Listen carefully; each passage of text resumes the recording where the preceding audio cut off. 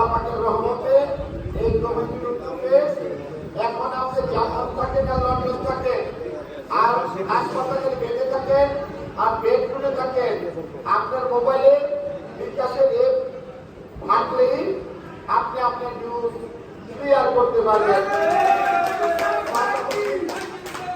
আপনারা আরো জানেন যে ঢাকা ইউনিভার্সিটির গঠনতন্ত্র অনুসারে কারো নিউজ নানা পরিষদ অধীনস্থ হয়ে গেলে তার মেম্বারশিপ নাম্বার বাতিল হয়ে যায়, তার মেম্বারশিপ স্থগিত হয়ে যায়।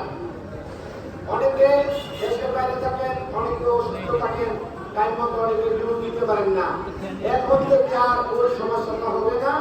এই অ্যাপসের কারণে অনেক আইনজীবীদের এবং আইনজীবী সমিতির আয়ও দেখা যাবে, সঠিক সময়ে চাঁদা পরিশোধের জন্য আয়ও বৃদ্ধি হয়ে যাবে। সেই জন্য পুনরায় আমাদের কাছে শুকরিয়া জ্ঞাপন করে পাশাপাশি আরেকটি কথা বলতে চাই যে দেখি নাকি স্বর্গে গেল বাধা বাড়ে। সামনে কালকে নির্বাচন, পরশুদিন নির্বাচন।